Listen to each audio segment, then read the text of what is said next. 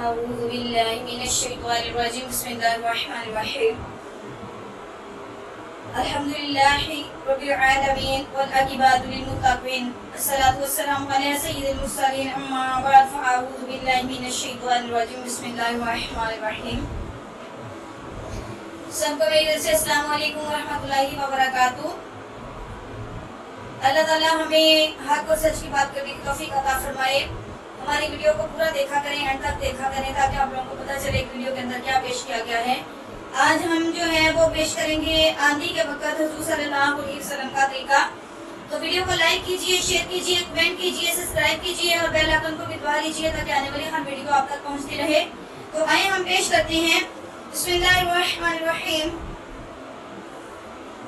حضرت عائشہ صدیقہ رضی اللہ تعالیٰ عنہما فرماتی ہیں کہ جب ابر آندھی وغیرہ ہوتی تھی تو حضور اکرم صلی اللہ علیہ وسلم کے چہرہ انور پر اس کا اثر ظاہر ہوتا تھا اور چہرے کا رنگ فق ہو جاتا تھا، اور خوف کی وجہ سے کبھی اندر تشریف لے جاتے، کبھی باہر تشریف لاتے اور یہ دعا پڑھتے رہتے، اللہم انی اسألک خیرہا و خیر ما فیہا و خیر ما ارسلت به واعوذ بک من شرها و شر ما فیہا و شر ما ارسلت به۔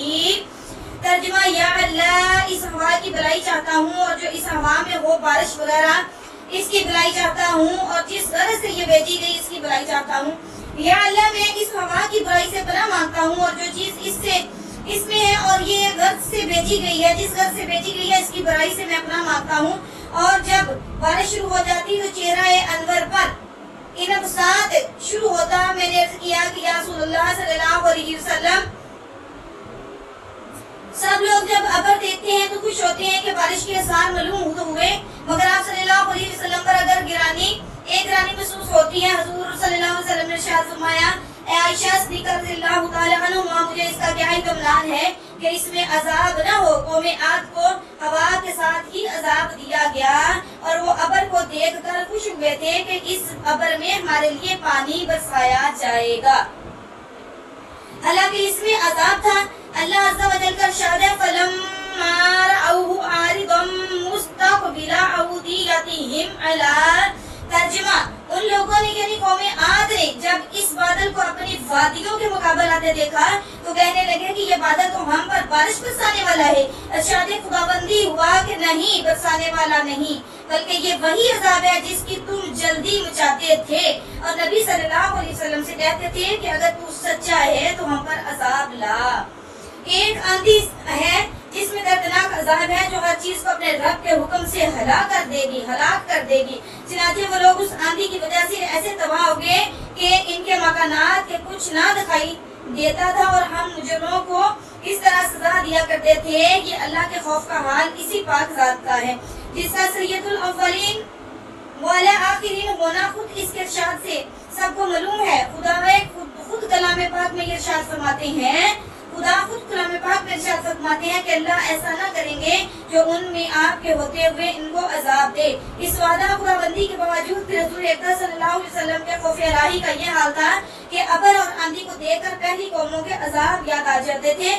اسی کے ساتھ ایک نگاہ اپنے حال پر بھی کرنا ہے کہ ہم لوگ ہر وقت گناہوں میں مبتلا رہتے ہیں اور زلزلوں اور دوسری قسم کے عذابوں کو دیکھ کر بجائے اس سے متاثر ہونے کے، توبہ استغفار، نماز وغیرہ میں مشغول ہونے کے، دوسری قسم کی لغو تحقیقات میں پڑ جاتے ہیں۔ اندھیرے میں حضرت رضی اللہ تعالی عنہ کا فعل۔ نصر بن رضی اللہ تعالی عنہ عبداللہ کہتے ہیں کہ حضرت رضی اللہ تعالی عنہ کی زندگی میں ایک مرتبہ دن میں اندھیرا چھا گیا۔ میں حضرت رضی اللہ تعالی عنہ کی خدمت میں حاضر ہوا، عرض کیا کہ حضور صلی اللہ علیہ وسلم کے زمانے میں بھی اس قسم کی چیزیں پیش آتی تھی۔ انہوں نے فرمایا، خدا کی پناہ، حضور صلی اللہ علیہ وسلم کے زمانہ میں تو ذرا بھی ہوا تیز ہو جاتی تھی تو ہم لوگ قیامت کے آ جانے کے خوف سے مسجدوں میں دوڑ جاتے تھے۔ ایک دوسری صحابی ابو الدرار رضی اللہ تعالیٰ عنہ فرماتے ہیں کہ حضور صلی اللہ علیہ وسلم کا معمول تھا کہ جب آندھی چلتی تو حضور گھبرائے ہوئے مسجد میں تشریف لے جاتے۔ آج کسی بڑے حادثہ مصیبت میں ہلا بلا میں بھی مسجد کسی کو یاد نہیں آتی۔ عوام کو چھوڑ کر خواص میں بھی اس کا اہتمام کچھ پایا جاتا ہے۔ آپ خود ہی اس کا جواب اپنے دل میں سوچئے۔ تو یہ حقیقتاً بات ہے کہ جب آندھی کا طوفان آتا ہے، ابھی رات کو آندھی اور طوفان آیا، کتنے درخت ٹوٹ گئے، کتنے لوگوں کے گھروں کی